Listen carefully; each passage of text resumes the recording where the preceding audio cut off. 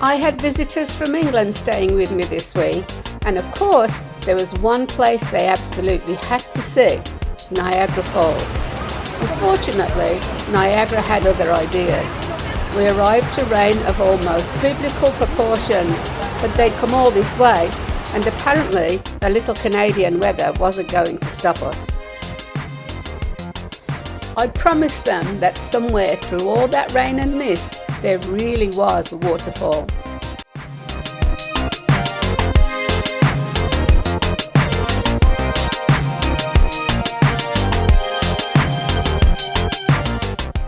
Thankfully, Niagara gave us another chance. The next morning, the rain had gone and we discovered a very different side of the falls.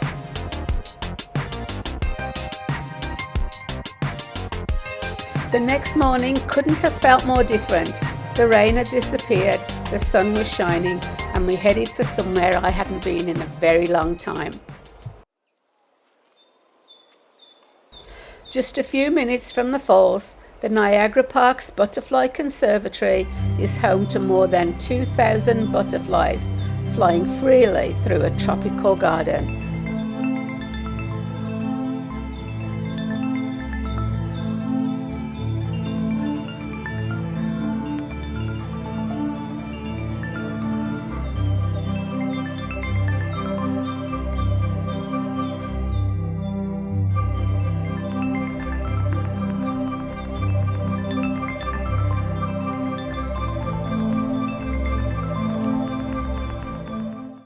Inside, the conservatory feels like another world. Butterflies are everywhere, drifting through the trees, settling on flowers, and occasionally choosing the visitors instead.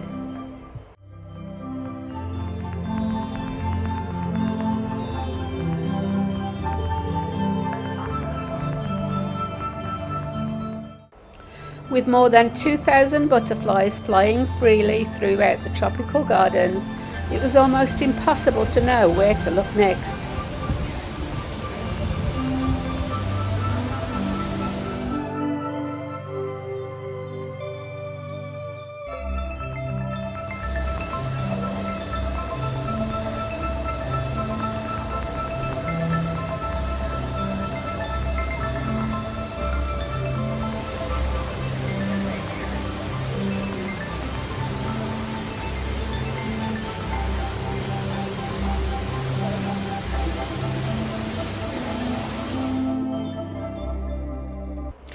Stepping back outside, the tropical heat gave way to the Botanical Gardens, and another sound entirely.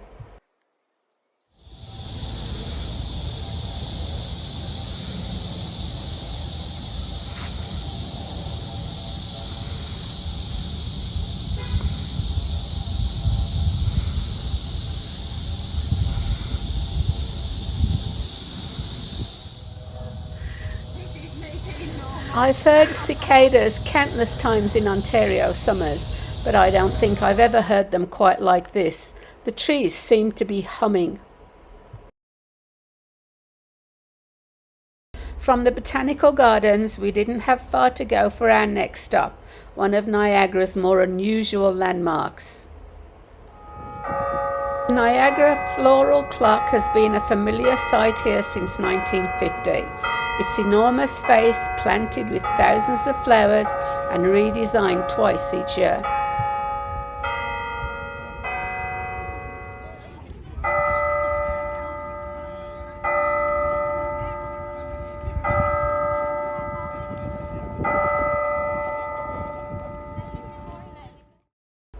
But Niagara's story reaches far beyond waterfalls and gardens. Just a few minutes down the road, we step back more than 200 years. This was the home of Laura Secord, one of the best-known figures of the War of 1812. In June 1813, Laura overheard American officers discussing plans for a surprise attack on British troops. With her husband wounded and unable to make the journey, she set out herself to deliver the warning.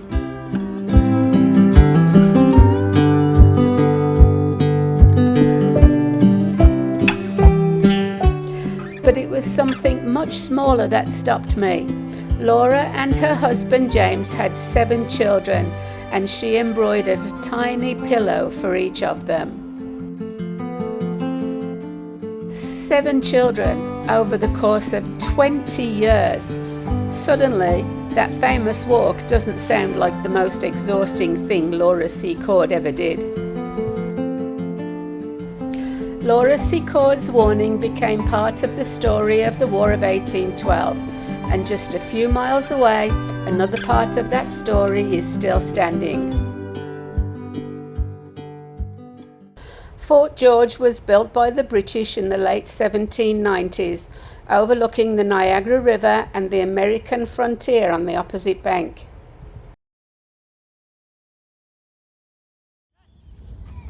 The fort we see today is a reconstruction. The original was largely destroyed during the War of 1812, and the site was rebuilt in the 1930s, using historical plans and archaeological evidence to recreate the fort as it would have appeared around 1812.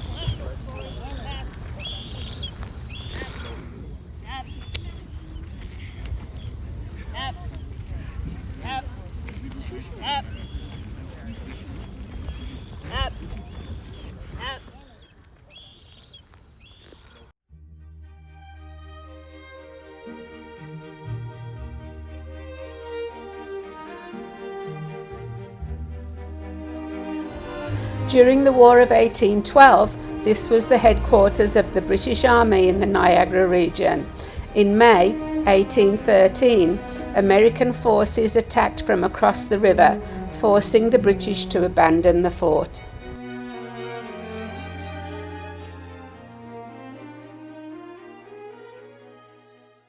From Niagara's military history, we headed back to the river, but this time we were looking down on it. Below us, the Niagara River makes a sharp turn, forcing the rushing water into the enormous Niagara Whirlpool. And since 1916, there's been a rather unusual way to see it, from above.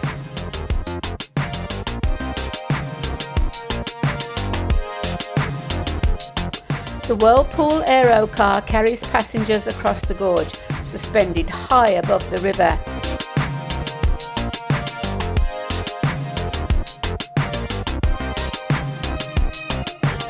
And here's something I didn't know.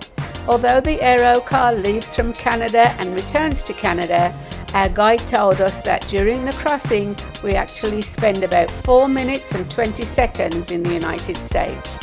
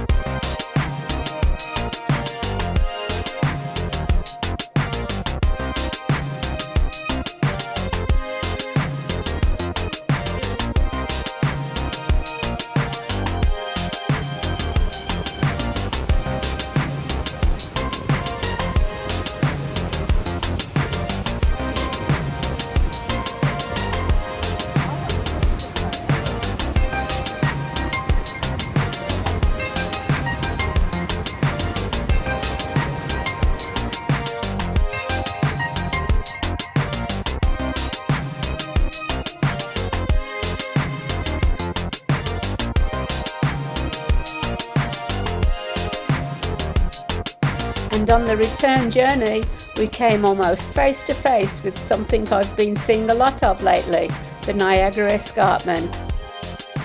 After seeing it at the Cheltenham Badlands and following it through so many Ontario landscapes, it was fascinating to see the layers of rock this close. And apparently, I can't visit anywhere in Ontario without finding a statue. This one was difficult to miss. But as daylight faded, we headed back towards the falls, and discovered that Niagara has a very different personality after dark.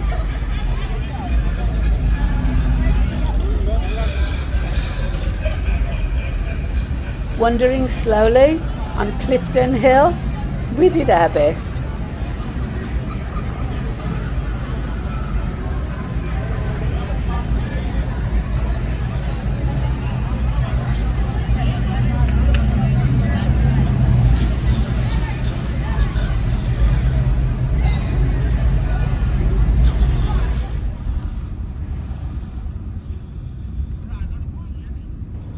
And somehow, just a few minutes away from all that noise, Niagara could still look like this.